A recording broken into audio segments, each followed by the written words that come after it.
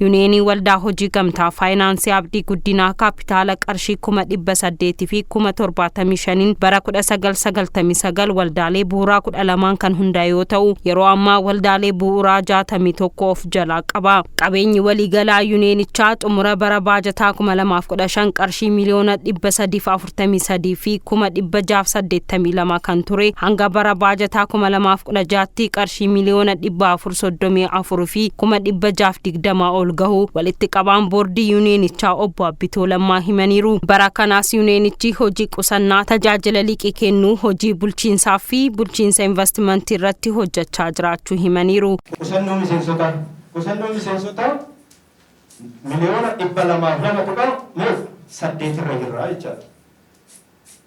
Kanaaf yeroo gara yeroo qusannoonis wantoonni adda addaatis dabalaa jiraachuu agarsiisa. Qoonni miseensotaa immoo miliyoona 46 tokko irra geenye jira jechuudha. Kana jechuun hanga waxabajii 30. Sanaan booda kurmaana tokko xumurree dabalaa jira jechuudha. Investimentii miliyoona 108 irra jira jechuudha.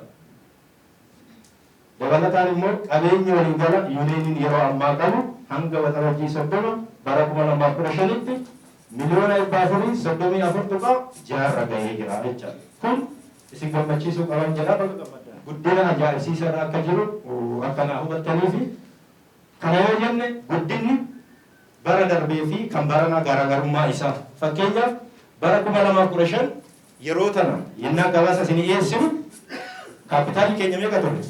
Miliyoona 54 ja'a ture. Har'a turtii waggaa tokko keessatti miliyoona 72 gahee jira jechuudha. Miliyoona 72. Barri gaddaa yoo gabaasa isin dhiyeessinu qusannoon keenya miliyoona 150 ture. Har'a miliyoona 202.8.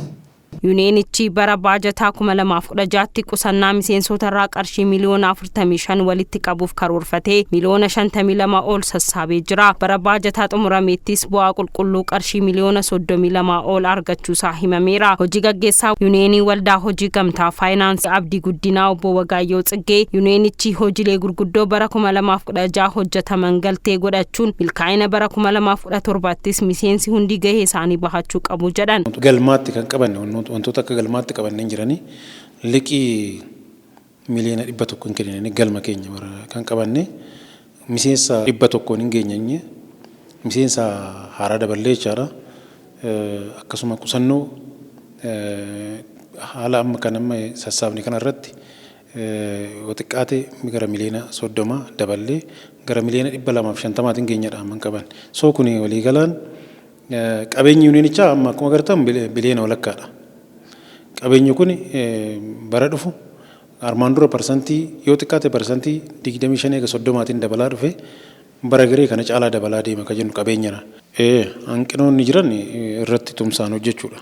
Maanajimentiin, boordiin, steekholderoonni keenya miseensotaas dabalateetoo akka hojjenneetoo bara dhufu guutumaan kun sirreessuun immoo abdiin qaba. Aadaa qusannaa keenyaa akka guddifannu nu gargaareera kan jedhan miseensonni Yuneenichaa dubbisnee tokko ammas milkaa'inoota argaman itti fufsiisuuf miseensonni hundi gahee isaanii akka bahatan dubbatan. እንግዲህ ቁጠባ ባህላችን ሊያድግ የሚገባው ነው። Aadaan qusannaa keenya akka biyyattiitti kan guddachuu qabudha. Gaheen waldaalee hojii gamtaa guddina hawaasaaf murteessaadha. Biyyis kan guddatu bu'aa waldaaleen kunneen buusaniin jedhee yaada. Yuneeniin abdii guddinaa immoo magaalaa Adaamaa keessatti Yuneenii jijjiirama guddaa fidaa jirudha. እንደምትመለከቱት ወይም እንደምታዩት ትልቅ ለውጥ እያመጣ ያለ ዩኒየን የህብረት ስራ ማህበራት ስብስብ ዩኒየን ነው። ሚሴንሶታ irra waan guddaatu eegama. Miseensota jechuun miseensi Yuneenii kana waldaa hojii bu'uuraati. Waldaan gamtaa bu'uuraa kuni hanqina maallaqaa akka Yuneenii muudanne sirni hin jira, seerri hin jira, qusachuu qabu asitti jechuudha. Hanqusatamu sanirraa wanni hundi argama waan ta'eef isarratti sirriitti xiyyeeffachuudhaan dhibbeentaa 20 ji'a ji'aanaan funaanamu sanirraa waldaaleen hojii gamtaa bu'uuraa sun hoo as fidanii hin qusatu ta'ee rakkoo maallaqaa Yuneenii muudatu hin hanqisu jechuudha.